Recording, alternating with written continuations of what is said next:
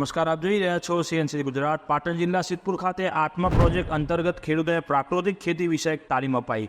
પ્રાકૃતિક ખેતીને પ્રોત્સાહન આપવા માટે તેમજ વધુને વધુ ખેડૂતો પ્રાકૃતિક ખેતી તરફ વળે તે માટે રાજ્ય સરકાર દ્વારા વિશેષ પ્રયત્નો કરવામાં આવી રહ્યા છે. રાજ્યપાલ શ્રી આચાર્ય દેવવ્રતજીના સીધા માર્ગદર્શન હેઠળ રાજ્યના તમામ જિલ્લાઓમાં ખેડૂતોને પ્રાકૃતિક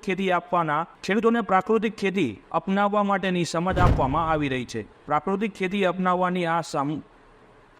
ખેતી અપનાવવાની આ મુહિમમાં પાટણ જિલ્લો પણ જોડાઈ ગયો છે. પાટણ જિલ્લાના વિવિધ તાલુકાઓમાં ક્લસ્ટર દીઠ ખેડૂતોને તાલીમ આપવામાં આવી રહી છે. જિલ્લાના સિદ્ધપુર તાલુકામાં દરરોજ અલગ અલગ ગામોમાં પ્રાકૃતિક ખેતી વિષયક તાલીમ આપવામાં આવી રહી છે, જે અંતર્ગત કનેસરા, આંકવી અને દેથડી ગામે ખેડૂતોને આત્મા પ્રોજેક્ટ અંતર્ગત પ્રાકૃતિક ખેતી વિષયક તાલીમ આપવામાં આવી હતી.